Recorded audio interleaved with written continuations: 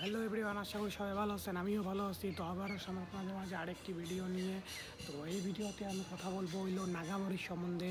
তো এই ভিডিওতে আমি বলবো হইলো নাগামরিচ একটা বিশ্ব রেকর্ড করছে। তো গিনিস ওয়ার্ল্ড রেকর্ড যেটা বলে, গিনিস ওয়ার্ল্ড রেকর্ড যেটা আছে একটা, তো এই রেকর্ড একটা করছে এই থেকে, এবং কত সালে কী রেকর্ড করছে এখন আমি সেটাই বলবো এই ভিডিওতে। তো হয়তো তো আপনারা বলতেছে নাগামরিচ গাছ কই নাগামরিচ হিসেবে বলতেছেন। তো আমি বারবার বলতেছি এক কথা, যে বাংলাদেশের একমাত্র সিলেটেই নাগামরিচ জন্মায় এবং ওখানে চাষবাদ করা হয়। সিলেট ছাড়া বাংলাদেশে কোথাও নাগামরিচ পাওয়া যায় না আর কোথাও জন্মায় না। তো আপনাদের যাদের আর কি এইসব কিউরিওসিটি আছে, তো তারা গুগলে হয়তো সার্চ দিবেন। তো গুগলে সার্চ দিলে এর কীরকম দেখতে এবং ঝাল কীরকম, তারপর হইলো এটা কীরকম গাছ দেখতে সব পেয়ে যাবেন। বা না হলে যদি সিলেটে আপনাদের কোনো বন্ধু বান্ধব বা কোনো আত্মীয় স্বজন থাকে, তাদেরকে ভিডিও কলের মাধ্যমে বা বিভিন্ন ছবি তোলা বা তাদেরকে বলবেন, তারা নিয়ে আসবে। তো এইভাবে তারা আপনারা দেখতে পারবেন। হ্যাঁ, তো এখন আমি বলবো যে নাগামরিচ কত সালে কী রেকর্ড করছে। তো সেটা ভালো করে শুনবেন যে 2007 খ্রিস্টাব্দে, 2007 সালে নাগামরিচ পৃথিবীর সবচেয়ে ঝাল মরিচ হিসেবে স্বীকৃতি পাইছে। তো 2007 সালে নাগামরিচ সবচেয়ে ঝাল, মানে পৃথিবীর যত কিছু ঝাল আছে তার সবচেয়ে বেশি ঝালের রেকর্ড করছিল কি স্বীকৃতি পেয়েছে 2007 সালে। তো এই 2007 সালের আগে সবচেয়ে ঝাল ছিল হইলো আপনার টাবাস্কো সস।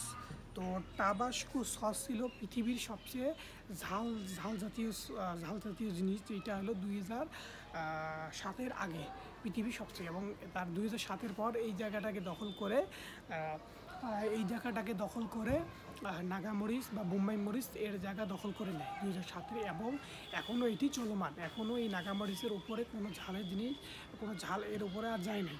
তো এই নাগামরিচ এতটাই ঝাল যে এই পুরো দুনিয়ার তখন ঝাল বেশি ছিল হইলো টাবাস্কো সস। হ্যাঁ, তো তার সে 401.5 গুণ বেশি ঝাল।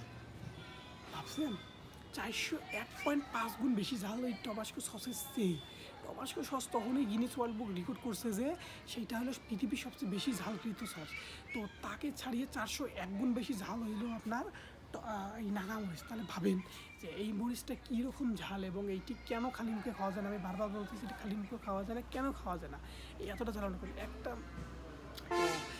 এই মরিচ যদি কেউ ভুলেও একটা খেয়ে থাকে, তো তারা অচিরেই মারা যাবে, এবং মারা না গেলেও তাদের এমন পরিমাণে অবস্থা হবে শরীরে যে তারা জীবনে কোনো কিছু ঝাল জাতীয় কোনো কিছু সামান্য ঝালও খেতে পারবে না।